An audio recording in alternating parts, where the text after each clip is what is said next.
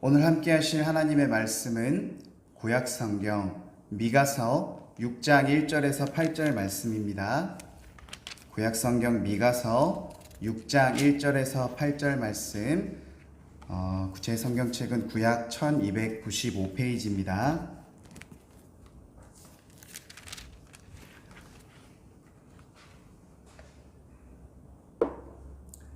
말씀을 다 찾으신 줄 알고 한 절씩 말씀을 읽도록 하겠습니다. 너희는 여호와의 말씀을 들을지어다. 너는 일어나서 산을 향하여 변론하여 작은 산들이 내 목소리를 듣게 하라 하셨나니,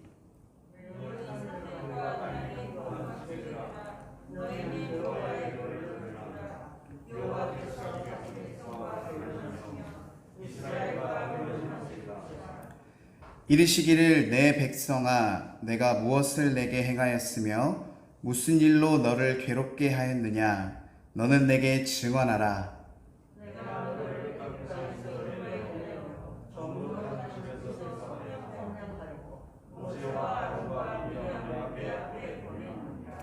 내 백성아, 너는 모압 왕 발락이 꾀한 것과 브올의 아들 발람이 그에게 대답한 것을 기억하며 시딤에서부터 길갈까지의 일을 기억하라. 그리하면 나 여호와가 공의롭게 행한 일을 알리라 하실 것이니라.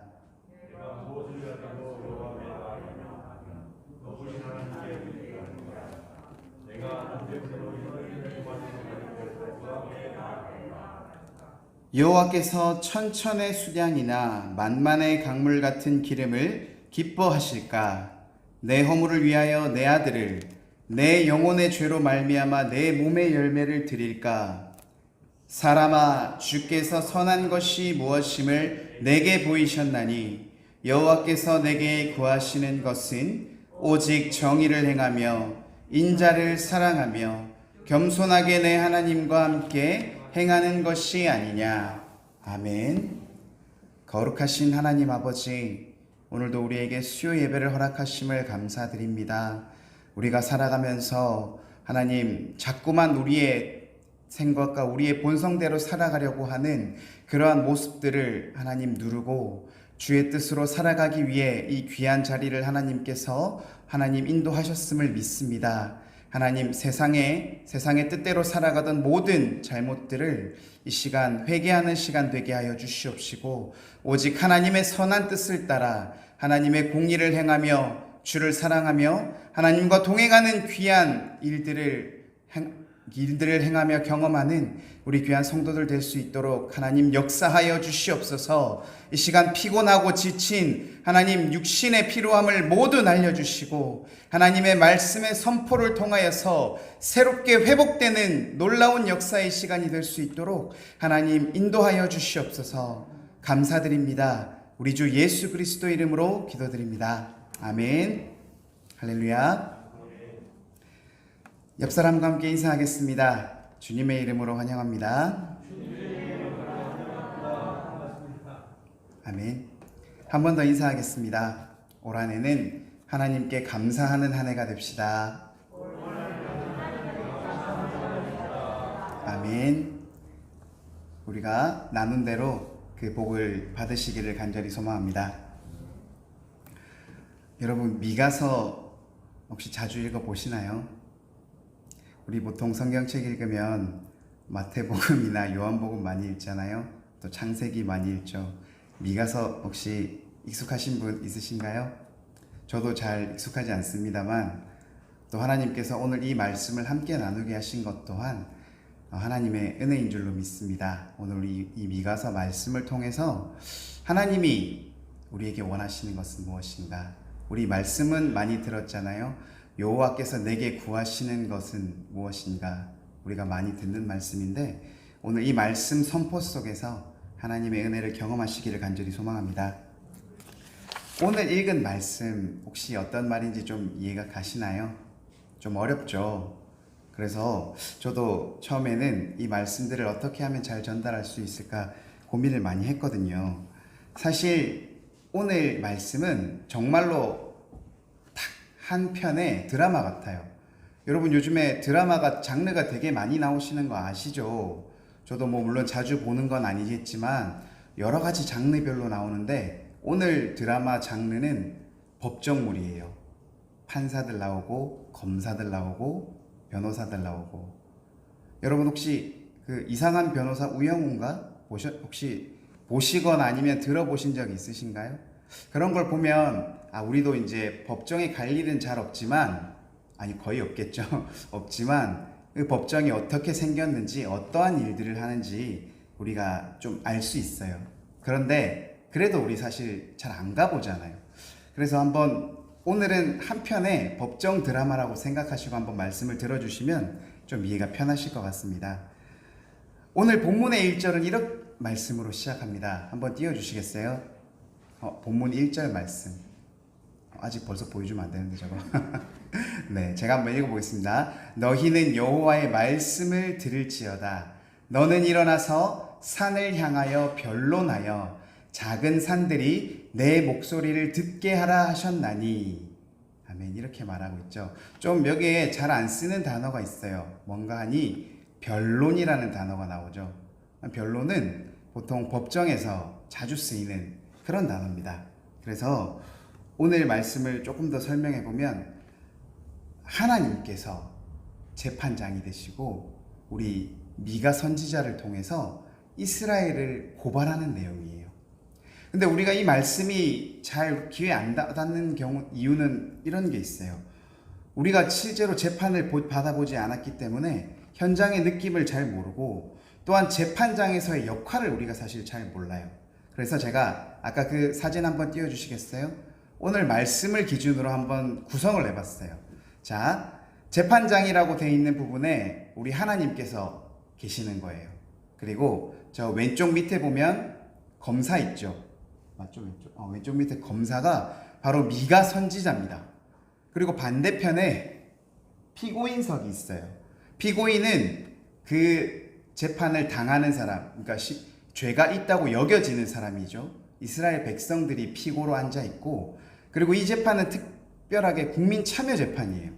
배심원들이 있어요. 그 배심원들이 오늘 본문 1절, 2절에 등장하는 산들아, 그리고 또 단단한 대지들아, 이렇게 견고한 지대들아 이렇게 나오는 그런 역할들을 맡고 있는 거예요. 자, 그러면 하나님께서는 과연 미가 선지자를 통해서 이스라엘의 어떤 점을 고발하고 있는지 우리 오늘 말씀으로 한번 살펴보겠습니다. 고발 내용의 첫 번째 말씀은 3절부터 시작됩니다. 우리 3절 말씀 한번 띄워주시겠어요? 제가 한번 읽어보겠습니다. 이르시기를 내 백성아 내가 무엇을 내게 행하였으며 무슨 일로 너를 괴롭게 하였느냐 너는 내게 증언하라. 아멘. 이렇게 말하고 있습니다. 여기서 내 백성이라고 하는 것은 이스라엘 백성이겠죠. 그리고 여기서 내가라고 하는 것은 하나님입니다. 미가 선지자가 대신 하나님의 말을 받아서 전하고 있는 거예요.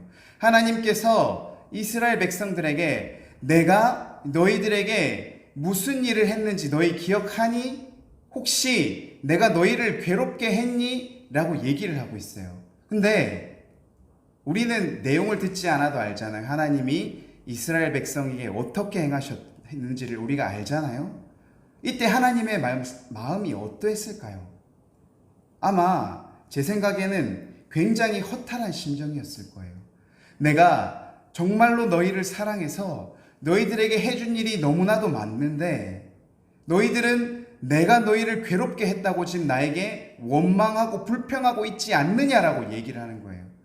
여러분 혹시 사랑하는 사람에게 애정을 쏟으신 적 있지 않습니까? 그것이 사람이 되었든 동물이 되었든 친구가 되었든 정말로 내가 사랑하는 어떤 대상에게 정말로 대가 없는 애정을 주었는데 그 대상이 와서 나한테 해준 게 뭐가 있냐고, 나를 힘들게만 했지, 나를 괴롭게만 했지, 내 마음을 한 번이라도 알아준 적이 있냐고 그렇게 말하면 우리의 심정이 어떨까요? 굉장히 허탈하겠죠. 내가 이러려고 저렇게 사랑했나? 아마 하나님의 그런 마음이실 거예요. 근데 인간들의 관계에서는 충분히 그런 일이 있을 거라고 생각해요. 내가 원하는 방식으로 사랑을 줬다면 그것은 상대방에게 원치 않는 것이었을 수도 있거든요. 그래서 때로는 그게 상처가 되고 오해가 될 수 있을 거예요. 그렇지만 오늘의 이 관계는 사람과 사람과의 관계가 아니라 하나님과 하나님이 창조한 피조물과의 관계잖아요. 하나님께서 그들의 마음을 몰랐을까요? 아니었을 겁니다. 그래서 하나님께서 차근차근 따지기 시작하세요. 오늘 4절 말씀 한번 띄워주세요. 4절 말씀의 상반부만 제가 한번 읽어보겠습니다. 내가 너를 애굽 땅에서 인도해 내어 종 노릇하는 집에서 속량하였고 라고 나오죠. 우리 그림 한번 띄워주시겠어요? 다음 그림. 어떤 그림인 것 같으세요? 저 멀리 보이는 건물들은 애굽이에요. 애굽에서 하나님이 이스라엘 백성들의 그런 고통에 차는 신음소리를 듣고 그 백성들을 구원해 주는 장면이죠. 그러면서 하나님께서 속량이라는 단어를 사용하셨어요. 우리 속량이라는 단어 많이 들어서 알고 계시잖아요. 뭔가 대가를 치루어서 그것을 회복시키는 거예요.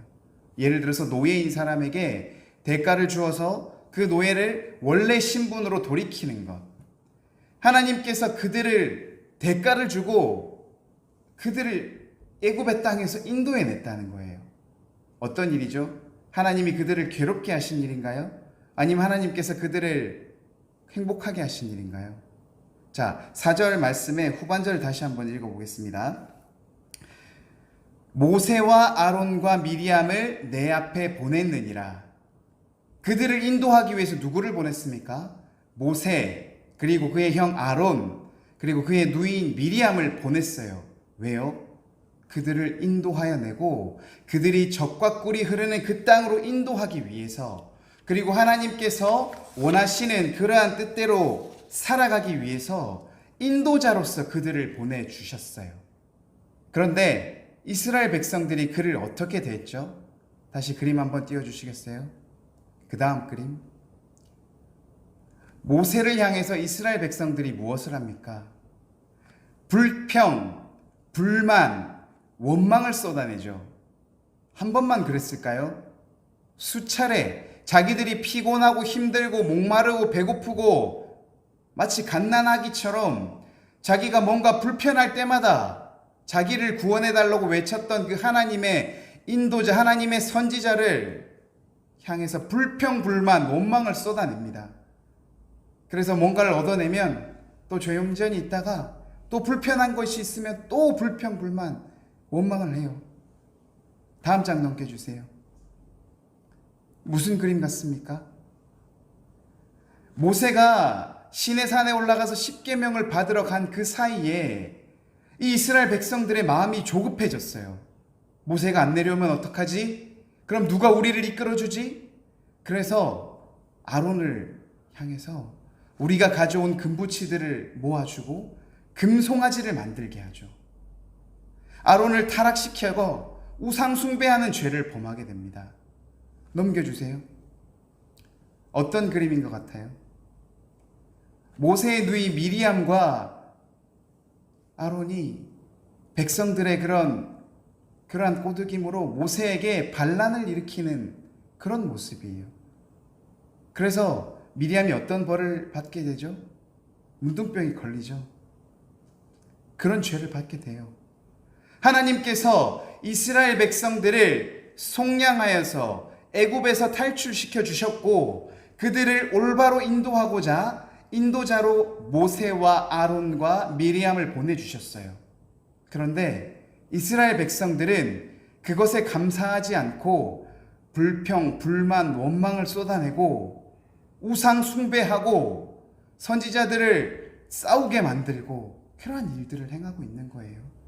하나님께서 왜 이렇게 재판장에서 이스라엘 백성들을 고발하고 있는지 아시겠어요? 그리고 5절 말씀입니다. 5절 말씀에 읽어보면 내 백성아 너는 모압 왕 발락이 꾀한 것과 부올의 아들 발람이 그에게 대답한 것을 기억하며 라고 얘기하고 있죠. 무슨 내용일까요? 그림 좀 보여주시겠어요? 좀 작은데 왼쪽에 있는 그림입니다. 왼쪽에 보면 이단의 선지자 발람이라고 있어요. 우리 하나님의 선지자가 아니고 바알을 섬기는 선지자예요. 그 요술을 하는 발람과 모압 왕 발락이 있죠. 이스라엘 백성들이 애굽을 탈출하여서 하나님께서 명하신 젖과 꿀이 흐르는 가나안 땅으로 가는 도중에 모압 땅을 지나가게 돼요. 그래서 이제 모압 왕에게 길을 빌려달라 얘기하는데 모압 왕 마음에 다른 생각이 드는 거예요. 저들이 와서 혹시 우리를 괴롭히거나 우리와 싸우거나 하면 어떡하지? 그래서 그때 당시에 능력이 많다고 하는 저 발락을 찾아갑니다. 발람을 찾아가서 이스라엘 백성들을 저주해 달라고 요구를 하죠. 그런 일이 벌어져요. 그런데 어떻게 됩니까? 이단의 선지자였던 발락이 오히려 이스라엘 백성을 저주하는 것이 아니라 축복하는 일이 벌어져요. 이거 놀라운 사건입니다, 여러분.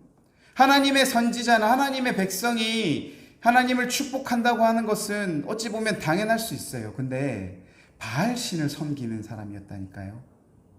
그리고 왕이 와서 부탁하고 네가 달라는 대로 다 줄 테니까 제발 이스라엘 백성을 저주해서 그들이 힘을 잃도록 해줘라고 부탁했을 때 이 발람이 하나님의 지시를 듣게 돼요. 그러면서 하나님의 위대하심을 깨닫고 오히려 이스라엘 백성들을 축복하는 역사가 일어나죠. 누가 하셨습니까?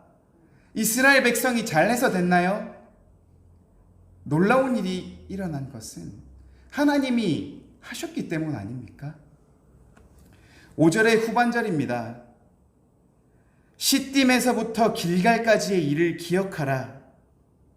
시딤이 어디냐고 하면요, 여기 아까 그 그림 보여주시겠어요?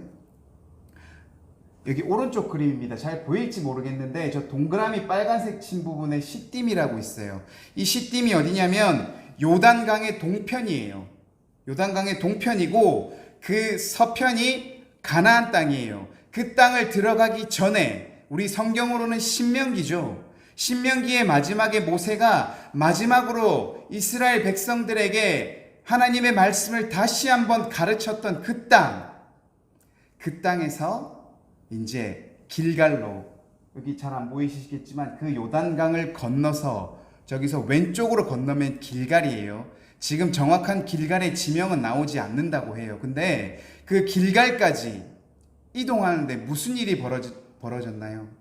이스라엘 백성들이 요단강을 건너는 일이 발생하죠. 여러분, 요단강이 깊을까요? 얕을까요? 우리는 요단강을 건넜다고 하면 그래, 요단강 건넜겠지, 그렇게 생각하잖아요. 그 물이 깊었는지 얕았는지 건너갈 수 있는지 없는지 생각 안 하잖아요. 다음 장 넘겨주시겠어요? 위쪽 그림은 요단강의 건기대를 얘기합니다. 잘 보이시나 모르겠습니다. 건기대는 요단강의 그 넓은 강폭에서 30m 정도, 그리고 1m 정도의 물밖에 없다고 해요. 이때는 사람이 지나갈 수 있어요. 그런데 우기때는 그 강폭 1.6km에 다 물이 차고 제일 깊은 곳은 3m, 4m나 돼요. 건널 수 있을까요? 이들이 또 뭘 들고 있었습니까? 하나님의 언약궤를 들고 있었죠. 건널 수 있을까요? 어떻게 건너요? 다리를 만들어요? 우리 인간적으로 건널 수 없잖아요. 그런데 한 장 넘겨주시겠어요? 이렇게 언약궤를 먼저 앞세우고 하나님이 말씀하신 대로 진을 형성해서 요단강을 향해 나아갑니다. 그리고 언약궤를 맨 사람들이 요단강에 발을 들이댔을 때 어떤 일이 벌어질까요? 물이 말라버리죠. 사람이 지나갈 수 있도록 물이 더 이상 흘러내려오지 않는 일이 벌어져요. 아멘. 안 믿으십니까? 다음 장 넘겨주세요. 저 위쪽에 언약궤가 요단강에 계속 있는 동안에 물이 흘러오지 않아요. 그래서 백성들이 저렇게 지나갑니다.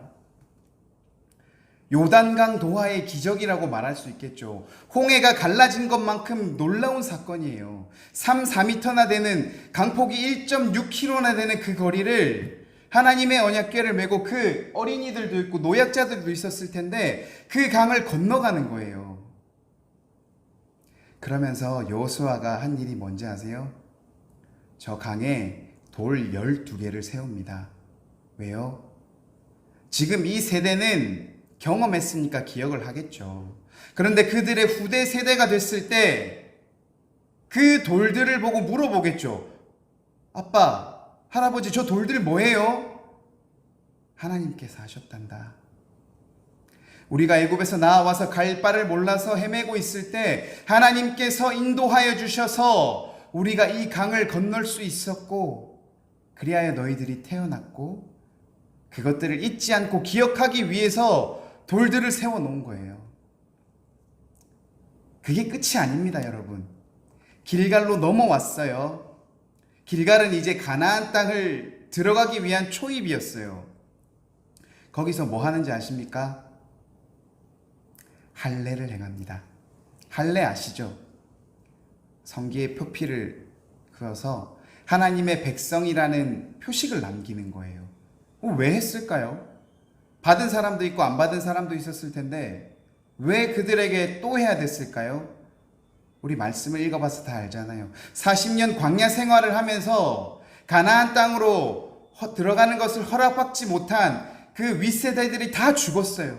이제는 가나안 광야에서 태어난 세대들만 이제는 들어가게 됐는데 그들에게 하나님의 기억을 시키기 위해서 하나님의 언약을 아브라함이 받았던 그 하나님의 언약들을 기억하기 위해서 하나님께서 너희들을 이 땅에서 별과 같이 바다의 모래와 같이 많게 너희들을 부흥케 해주겠다는 그런 약속들을 이 사람들은 몰랐단 말이에요.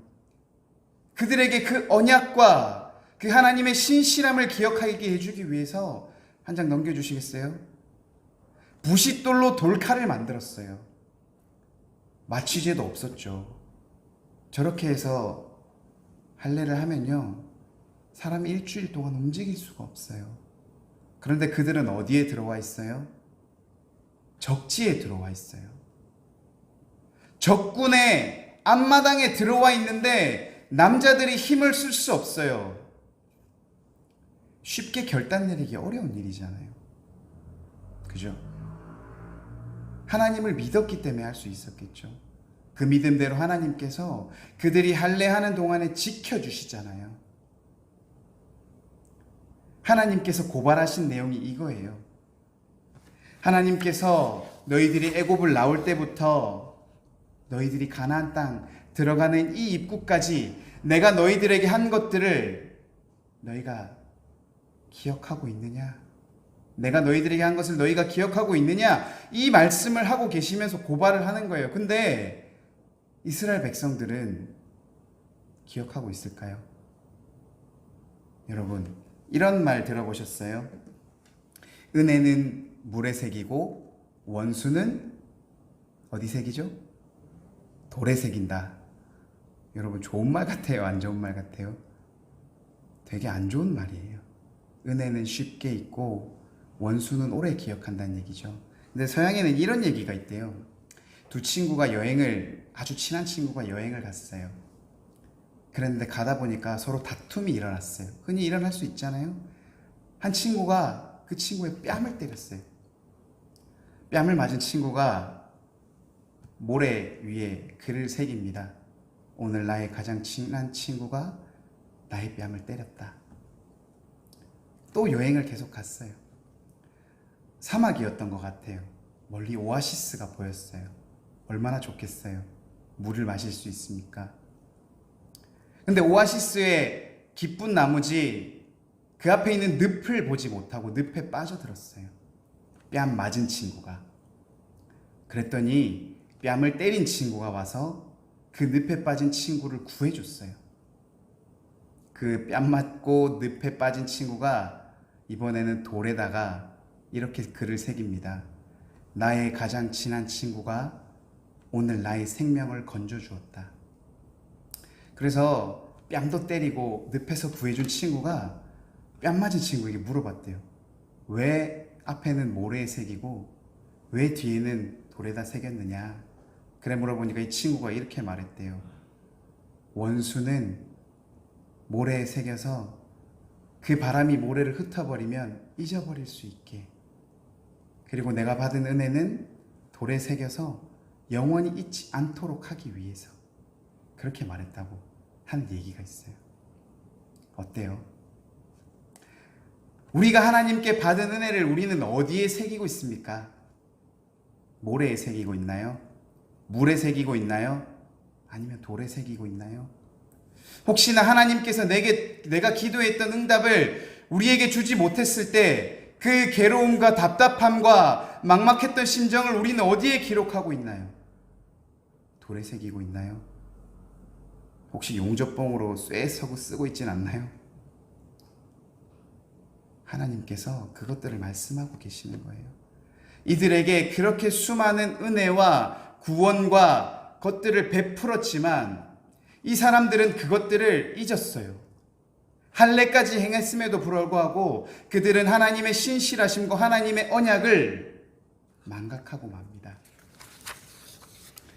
자, 그러면 이쯤에서 하나님의 의도가 궁금해요.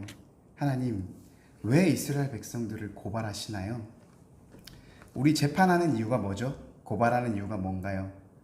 죄를 지은 사람에게 벌을 받게 하기 위함이잖아요. 죄에 합당한 벌을 받게 하기 위해서잖아요. 그러면 하나님께서도 이스라엘 백성들에게 벌 받으라고 너희들이 내게 했던 것들 감사하지 않고 내가 너희들에게 베푼 은혜를 잊어버리고 너희들 마음대로 살고 불평불만했던 것을 기억하고 벌 받으라고 그렇게 고발하고 있는 걸까요? 아닐 것입니다. 앞서 말씀드렸다시피 사랑하는 대상에게 향하는 사랑은 그 본인도 막을 수가 없어요. 우리가 성경에서 가장 많이 듣고 우리가 하나님을 믿게 된 이유 중에 하나가 하나님께서 우리를 사랑하시기 때문 아닙니까? 조건 없이 내 모습 이대로 나를 받아주시는 하나님, 그 하나님이 너무나도 감격스럽고 나를 구원해 주신 그 하나님이 너무나도 은혜가 감사해서 우리가 이제는 하나님을 믿고 하나님의 뜻대로 살아가겠다고 다짐하는 것 아닙니까? 하나님도 마찬가지입니다. 하나님께서는 악인이라도 그 죄를 돌이켜 돌아오시기를 바라시는 하나님이세요. 하나님께서 심판하고 벌을 주시는 이유는 심판의 목적이 있는 것이 아니라 돌이키기 위함이에요. 오늘 하나님께서 이스라엘 백성들을 재판장에서 고발하시는 이유 두 가지는, 하나는 이스라엘 백성들의 무지함. 뭐가 무지하다는 건가요? 하나님께서 우리에게 해주셨던, 아까도 봤던 그 많은 사건들, 많은 은혜들을 우리가 알지 못하고 깨닫지 못하고 하나님을 온전히 믿지 못했던 그런 무지, 그리고 죄, 하나님을 믿지 않는 척, 하나님을 믿지 않으면서 믿는 척하는 행동들, 하나님을 온전히 바라보지 못하는 그런 하나님에 대한 무지와 죄를 깨닫게 해주기 위해서 한 이유가 첫 번째고요. 두 번째는 이스라엘 백성들의 죄를 드러내기 위해서요. 여러분, 죄의 속성이 뭔지 아세요? 숨어 있다는 거예요. 숨어 있는 것은 찾아내기가 어려워요. 그리고 숨어 있는 건 점점 커지기 쉽습니다. 여러분, 우리의 죄는 우리가 드러내지 않으면 우리 가운데 자꾸만 커집니다. 그 죄가 나중에는 내가 어쩔 수 없을 정도로 커지고 그 다음에 내가 그 죄를 합리화하게 돼요. 뭐 이 정도야, 할 수 없지. 점점 우리가 죄에 물들어갑니다.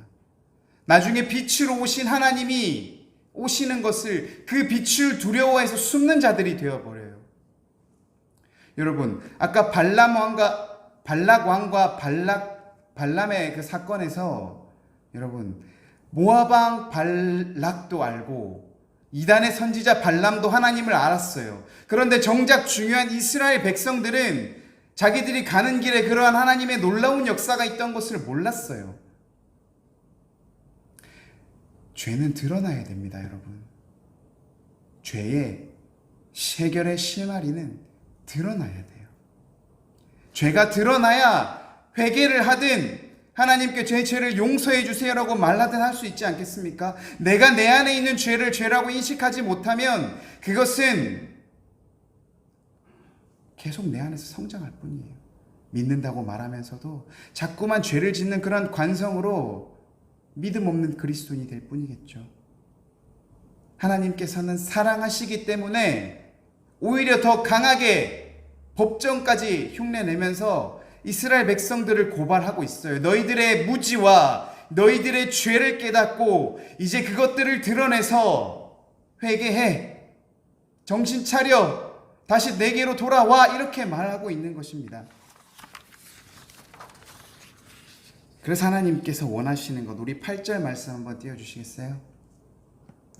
8절 말씀 중간에 이런 하나님의 말씀이 있습니다. 여호와께서 내게 구하시는 것. 오늘 제목 한번 같이 읽어볼까요? 시작. 하나님께서 내게 구하시는 것. 이제는 죄를 깨닫고 너의 무지를 깨닫고 죄를 드러내 회개해. 그리고 이제는 내가 내게 구하는 것, 이제는 그렇게 살아라고 말씀하고 계십니다. 여러분, 하나님의 말씀을 받으시겠습니까? 하나님의 말씀을 받으시기를 소망합니다.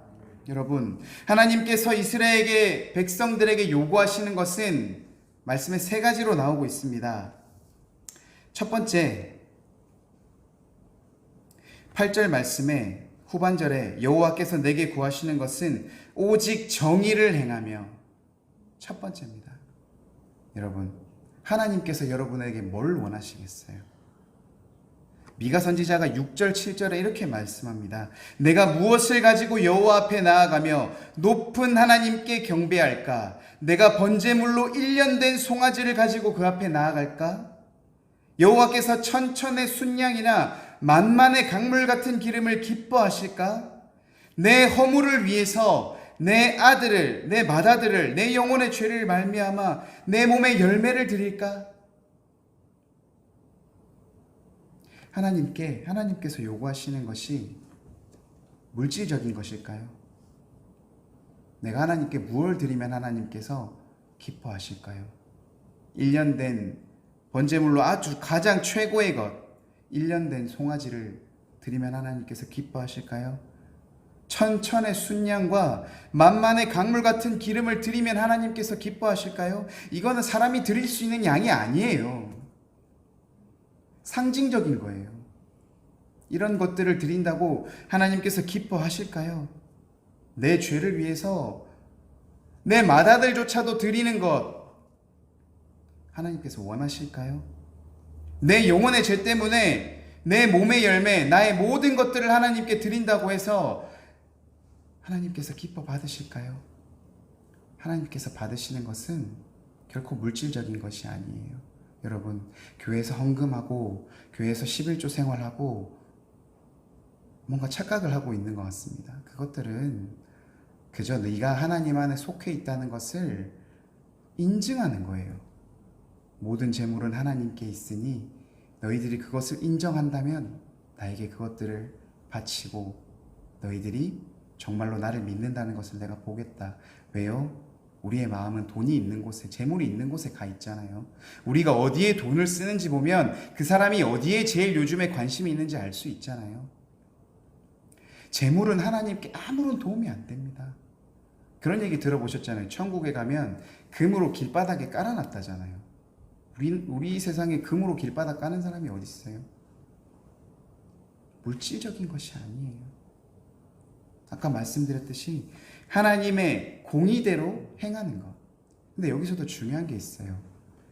하나님의 공의 중요하죠. 그런데 하나님의 공의를 알고 있는 것만으로는 안 된다는 거예요. 우리가 하나님의 말씀을 알고 있는 것만으로는 안 된다는 거예요. 어떻게요? 공의를 행하라는 거예요. 너희가 말씀을 들어서 알고 있다면 그 말씀대로 살아라는 거죠. 왜 이스라엘 백성들이 하나님 말대로 살지 못했습니까?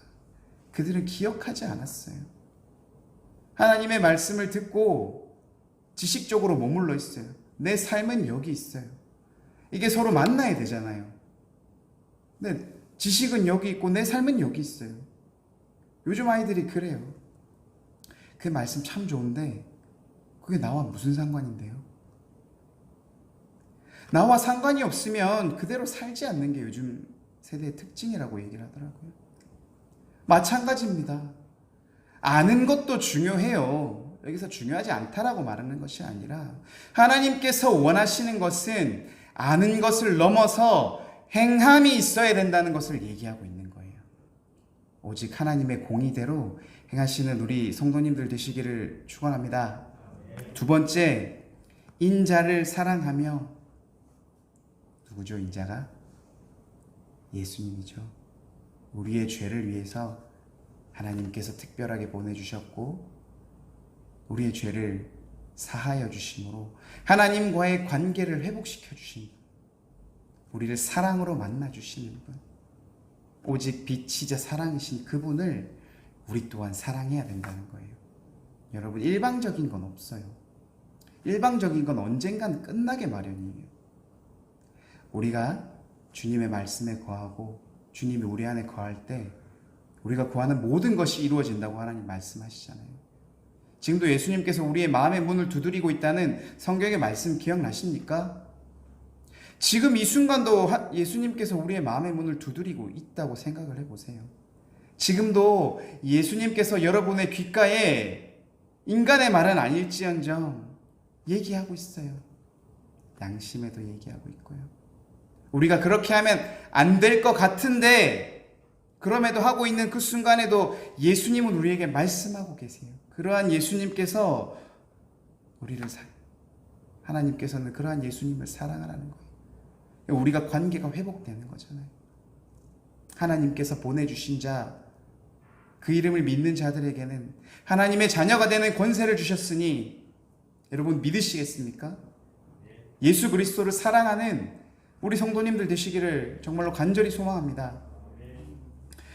마지막으로 겸손히 내 하나님과 함께 행하는 것입니다. 여러분, 임마누엘 아시죠? 임마누엘. 보라, 처녀가 잉태하였은즉 하나님이 우리와 함께 하십니다. 아멘. 하나님이 우리와 함께 하세요. 믿으십니까? 하나님께서 우리와 함께 하시는데 우리가 안 믿어요. 우리가 그렇게 살지 않아요.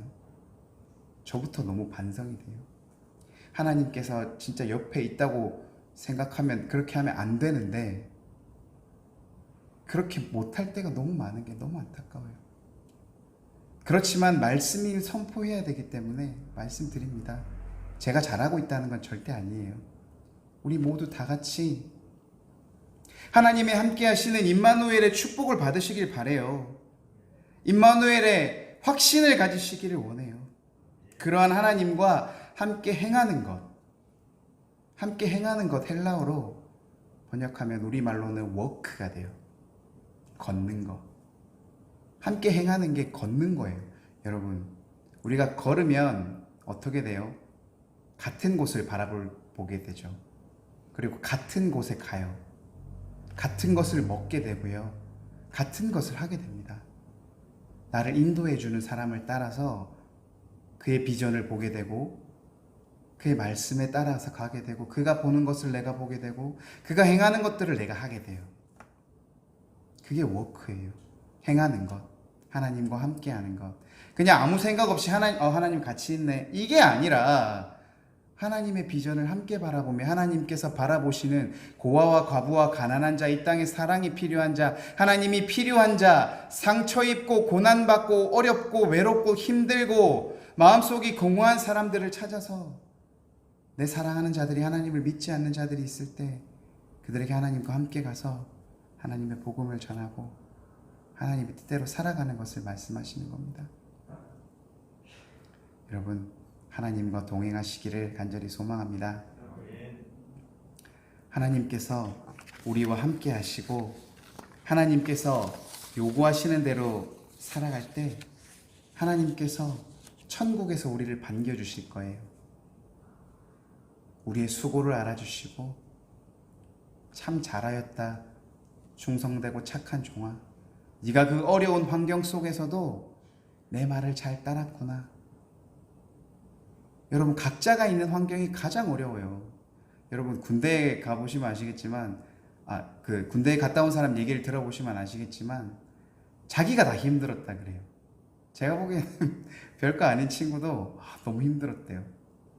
그리고 제가 진짜 힘들었다고 생각하는 사람들도 힘들었다 그러고, 자기 환경이 가장 힘들어요. 남의 것 탓할 필요가 없어요.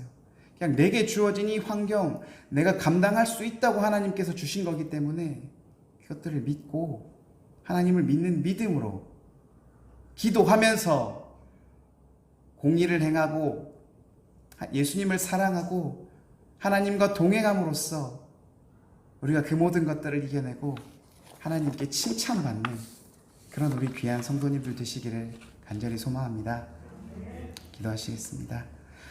은혜로우신 하나님 아버지, 오늘도 부족하고 연약한 저희들에게 살아계신 하나님의 말씀을 선포하심에 감사드립니다. 하나님, 우리가 아는 것에서 끝나지 않기를 원합니다. 하나님, 우리가 이제는 아는 것을 넘어서서 하나님께로 나아가기를 원합니다.